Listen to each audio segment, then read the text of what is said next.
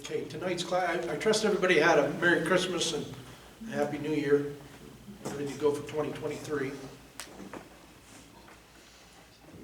Tonight's class is on the third genealogical document of the five, and it's the Petition of Right of 1628. Now, we have to understand a little bit of the history that was going on at that time. Chris Hand kind of went over it, but we're going to go over it again just a little bit to understand what was going on at that time. This was during the time of Charles I. Charles was born 19 November 1600, and he passed away with losing his head on the 30th of January 1649. He was the King of England, Scotland, and Ireland from 27 March 1625 until his execution in 1649. He was born into the House of Stuart. If you remember, the House of Stuart was the leaders or the rulers of Scotland. As the second son of King James the Sixth of Scotland, but after his father inherited the English throne in 1603, he moved to England. Now, this is important to understand. He grew up in Scotland. In Scotland, they had a little bit different culture than they did in England. In Scotland, they still believed in the divine right of the king to rule. And the king had very few counselors. The king was pretty much the absolute ruler in Ireland, or I'm sorry, in Scotland. So Charles had a little bit different idea culturally than what was really going on in England. So he moved to England, where he spent much of the rest of his life. He became heir apparent to the kingdoms of England, Scotland, and Ireland in 1612, upon the death of his elder brother Henry Frederick, Prince of Wales. An unsuccessful and unpopular attempt to marry him to the Spanish Habsburg princess Maria Anna culminated in an 8-month visit to Spain in 1623 that demonstrated the futility of the marriage negotiation. 2 years later, he married the Bourbon princess Henrietta Maria of France. Now, this is an issue. They'd had a lot of problems between the Protestants and the Catholics up to this point. They didn't like having a king that was a Catholic king, because they found that the king had taken an oath to Rome and not necessarily an oath to England. So the Catholic rulers of England were getting a little bit of a bad name. Now, Charles tried to make the people believe, and I think for the most part he was Anglican, and he believed in the Anglican Church. Now, he didn't like anybody that didn't believe in the church hierarchy, because he felt that anybody that was like that was an insurrectionist. They were seditious to the government, because if they couldn't understand or accept the hierarchy and the rule of the church in the Anglican Church, that they would never accept the rule of the government. And so he looked at all Protestants a little bit with an air of suspicion. But he wasn't necessarily Catholic. He did support the Anglican Church. However, he married someone that was very much devout Catholic. And he got into some situations where he helped the French go after the Huguenots. And the Huguenots were devoutly Protestant. So that cast a lot of doubt by the people on him of whether he was Protestant or whether he was Catholic. And so the people had a lot of mistrust for him. After 1625 succession, Charles quarreled with the English Parliament, which he sought to curb his royal prerogative. So the House of the Commons and the House of the Lords didn't like how Charles was spending the money. He was quite opulent with the people's money. He spent all that time in Spain. Everywhere he went, he was spending the people's money. He married a 15-year-old princess out of Spain. So Parliament was trying to get his spending under control. He believed in the divine right of kings because he was grown up in that culture in Ireland, in Scotland, and was determined to govern according to his own conscience. Many of his subjects opposed his policies, in particular, the levying of taxes without parliamentary consent, and perceived his actions as those of a tyrannical absolute monarch. So there was a 30-year religious war that was going on during this time, and Charles wanted to keep it going. But Parliament said, no, we're not going to raise any more taxes for your war. And so he disbanded Parliament. He got rid of Parliament. He said, okay, if you're not going to raise taxes for war, I'll just get rid of you. So he disbanded Parliament and got rid of them. That didn't make the people happy because they're somewhat of a different type of monarchy at this point in time. They're not a typical divine right of rule of kings type monarchy. So, but he still needed this money. So he come up with this plan that what he would do is he would seize land and call it a forced loan. Well, there were 7 knights that said, I don't think so. So he had them arrested, thrown in prison. Out of those 7, 5 of them got a hold of a Sir Darnell, who was a lawyer, and it's called Darnell's case, the 5 Knights case, in which Darnell filed with the King's Court a writ of habeas corpus. Well, the king had them thrown in prison under what we would see as the Patriot Act today. They weren't charged with anything, they were just thrown in prison. And so the court decided that because they were in prison without any charges, that they must have done something so heinous that it couldn't be discussed in the public realm. So they denied the writ of habeas corpus. This is why you're going to find in our Constitution that there's only just 2 exceptions to the writ of habeas corpus. Other than that, it cannot be suspended. Anytime there's a writ of habeas corpus, in fact, in Michigan, we've got a thing called Public Act 600.1314. And it says, very simply, any judge that refuses to accept or consider a writ of habeas corpus has committed malfeasance from the bench.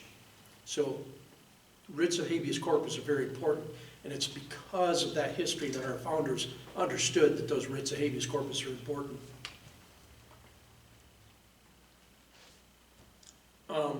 Many of his subjects opposed his policies, in particular the levying of taxes without parliamentary consent, and his perceived actions as those of a tyrannical absolute monarch.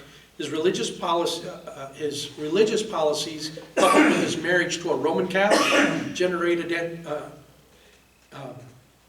antipathy and mistrust from reform religious groups such as English Puritans and Scottish Covenanters, who thought his view too Catholic. He supported high church Anglican ecclesiastics and failed to aid continental Protestant forces successfully during the 30 Years' War. That 30 Years' War was a religious war. His attempts to force the Church of Scotland to adopt high Anglican practices led to the Bishops' War, strengthened the position of the English and Scottish parliaments, and helped precipitate his own downfall. So now, during this time, when he gets rid of Parliament, the people of Parliament are still seen as authorities. And so Parliament puts together a parliamentary army. And the king has his mercenaries and army.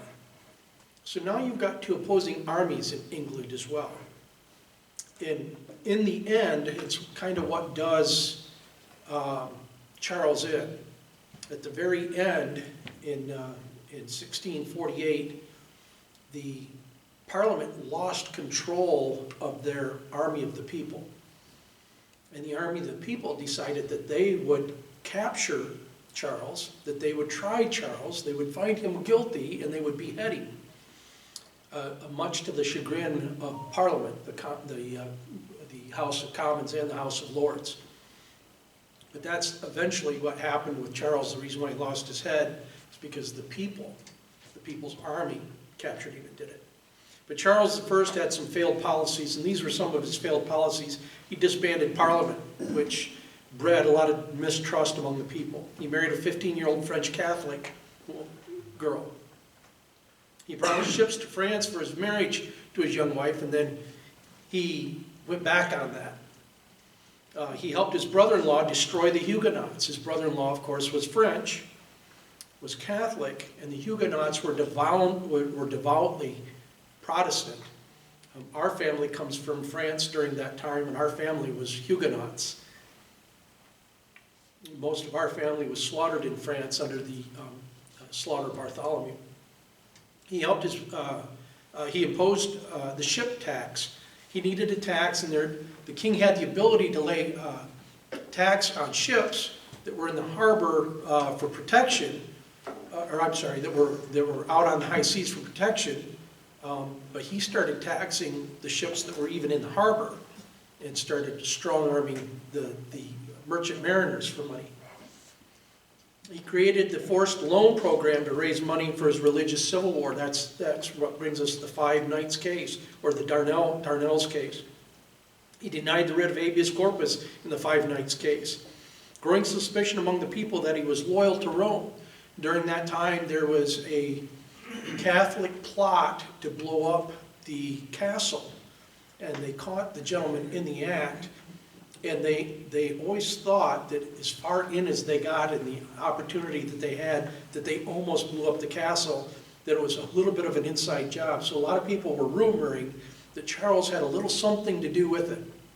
And so that's why the People's Army did not trust Charles. They didn't like Charles, and that's why they beheaded him.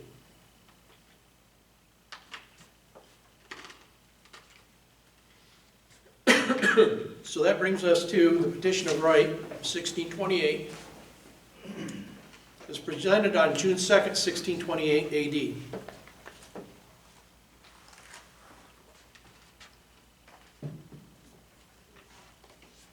The petition exhibited to His Majesty by the Lords Spiritual, Temporal, and Commons in this present Parliament assembled concerns divers rights and liberties of the subjects, with the King's Majesty's royal answer thereunto in full Parliament to the King's most excellent Majesty. So again, this Petition of Right of 1628 is not a document that's generated by the King. It's a document that's generated by Parliament to force the King to do what the King's supposed to do. All the way back to the 1100s Charter of Liberty, and to the Magna Carta, which gave us the law, and now to the Petition of Right of 1628.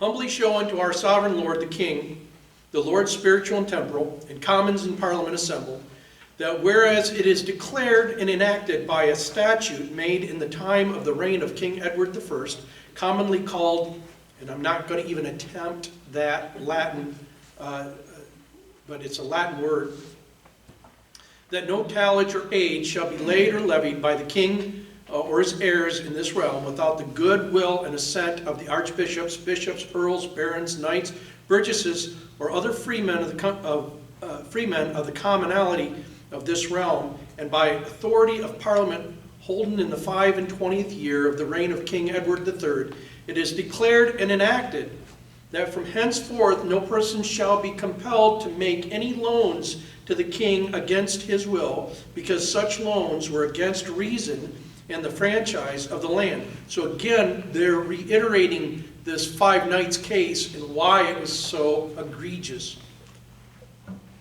And by other laws of this realm, it is provided that none should be charged by any charge of imposition called a benevolence, nor by such like charge by which the statutes before mentioned and other the good laws and statutes of this realm, your subjects have inherited this freedom. Notice what it says there, that your subjects have inherited this freedom.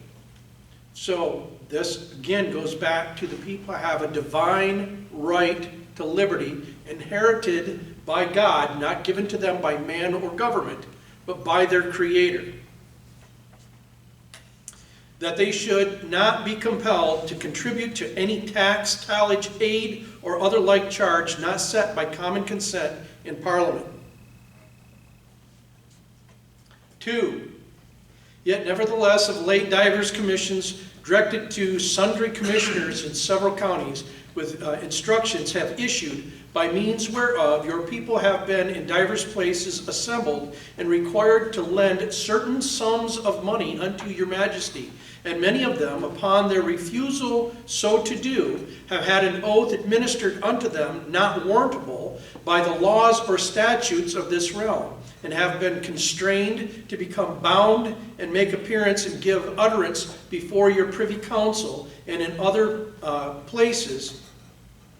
And others to them have been therefore imprisoned, confined in sundry other ways, molested and disquieted, and divers other charges have been laid and levied upon your people in several counties by Lord Lieutenants, Deputy Lieutenants, Commissioners for Musters, Justices of Peace, and others by command or direction from your Majesty or your Privy Council against the laws and free customs of the realm. So if you remember, the 1100s Charter of Liberty gave us a process. The Magna Carta gave us the law. And that Magna Carta, the law, encompassed and had within it the common law that they had been under since King Edward, since 1040.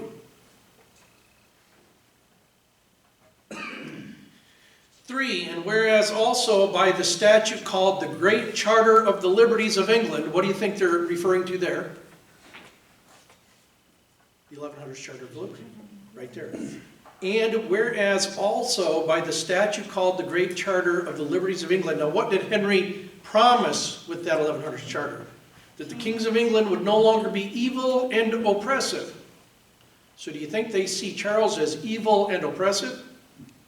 So they're trying to remind him that he's not supposed to be evil and oppressive, because the 1100s Charter of Liberty had brought that promise to the people. And whereas also the statute called the Great Charter of the Liberties of England, it is declared and enacted that no freeman may be taken or imprisoned or be deceased on his freeholds or liberties, or his free customs, or be outlawed or exiled, or in any manner destroyed, but by the lawful judgment of his peers, or by the law of the land. So what do we see here? What do we see in our documents? Due process, jury of peers. So we're seeing that this is all the way back from the 1100s. 4. And in the 8th and 20th year of the reign of King Edward III, it was declared and enacted by authority of Parliament that no man, of what estate or condition that he be, should be put out of his lands or tenements, nor taken, nor imprisoned, nor disherited, nor put to death, without being brought to answer by due process of law. Again, we start to see this idea that no longer are they the king has a divine right to rule, but the people have the divine right to liberty. And that liberty gives them certain inherited rights. And we're starting to see that. 5. Nevertheless, against the tenor of the said statutes and other the good laws and statutes of our realm, to the end provided, divers or your subjects have of late been imprisoned without any cause showed.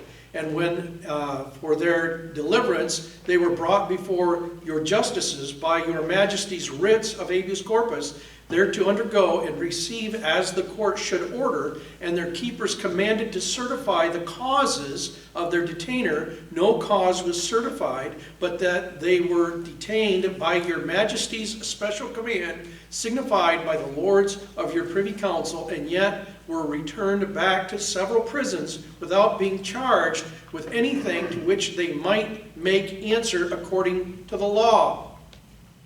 I'm not sure, but seeing as how we're coming up very close to January 6th, 2-year anniversary, that sounds to me exactly like what's happening to the people that are being held under the January 6th incident. And who gave us that? Who gave us that? George Bush with the Patriot Act, right? George Bush. So do you think George Bush understood the 1100s Charter of Liberty? You think Congress that passed that understood the 1100s Charter of Liberty? Or any of the 5 genealogical documents that our founders studied? Yes. I don't think Congress was ever involved in that, passing of that. Congress wasn't involved In the Patriot Act. in the Patriot Act? That was just an executive order, correct? I mean, there were things that followed it. Yeah, I'll have to check into that. Yeah, it did start out as an executive order, Yeah. but I think there was some act of the legislature in that as well, and that's part of the problem, because our Article 1 of the Constitution says all legislative power is in Congress. Nowhere is it with the executive. So the executive cannot create a law. Only the legislature can. So, but this 5th paragraph here just reminds me a lot of that, you know, the divine right to rule. You can make a law and throw people in prison, and you can keep them from their due process or to any of that. That's so despicable. That is, I mean, we've known since 1040 that that's wrong. And why is it then in the 20th century, you know, 21st century, we thought that was okay? It just blows my mind. 6, and whereas of late great companies of soldiers and mariners have been dispersed into divers counties of the realm, and the inhabitants against their wills have been compelled to receive them into their houses, and there to suffer them to sojourn against the laws and customs of this realm, and to the great grievance and vexation of the people. Again, one of the things that was happening is we started having martial law. So the king, who was fighting this 30-year religious war, and his army, he would send them out into the shires, and they would take over an area, and they would move in, and the inhabitants of those places, they would move into their homes. They had to act like barracks for them and feed them and take care of them. The problem was at that time too, martial law over the marshals got to decide law over and above the local authorities. And so we're going to start seeing some of that come about in Federalist 39 in our Constitution itself. And we also see that in which article of the Bill of Rights? Third article. The prohibition against quartering of soldiers, right? That's the third article of the Bill of Rights. 7, and whereas also by authority of Parliament in the 25th year of the reign of King Edward III, it is declared and enacted that no man shall be forejudged or of life or limb against the form of the Great Charter and the law of the land, and by the said Great Charter and other laws and statutes of this your realm, no man ought to be adjudged to death, but by the laws established in this your realm, either by the customs of the same realm or by acts of Parliament. So again, remember, you had these marshals, they were under martial law, in which these military units would come in, and they would be, and the marshal would act as judge, jury, and executioner, irrespective of the local authority and the local customs of due process. And this is one of the things that they were complaining about.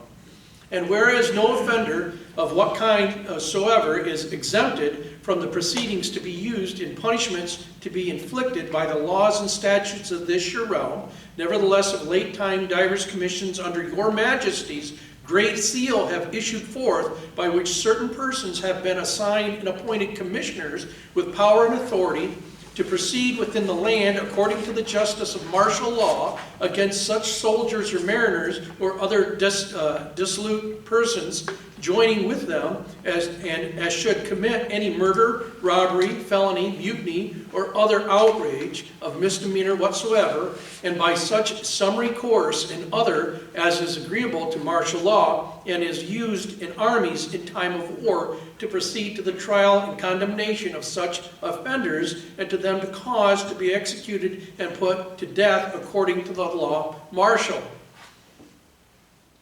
Basically what they're saying there is, it's not fair that we have martial law and that the marshals get to look at their people and forgive some of the heinous crimes that they're doing to the local inhabitants, and yet the marshal could judge the local inhabitants, be the judge, jury, and executioner, and not follow any of the long-standing common law or statutes or the law given to them in the 1100 Charter of Liberty and the Magna Carta 1215, that it was wrong.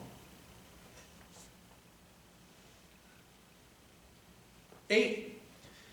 By pretext whereof some of your Majesty's subjects have been by some of the said commissioners put to death, when and where, if by the laws and statutes of the land they had deserved death, by the same laws and statutes also they might, and by no other ought to have been judged and executed. 9.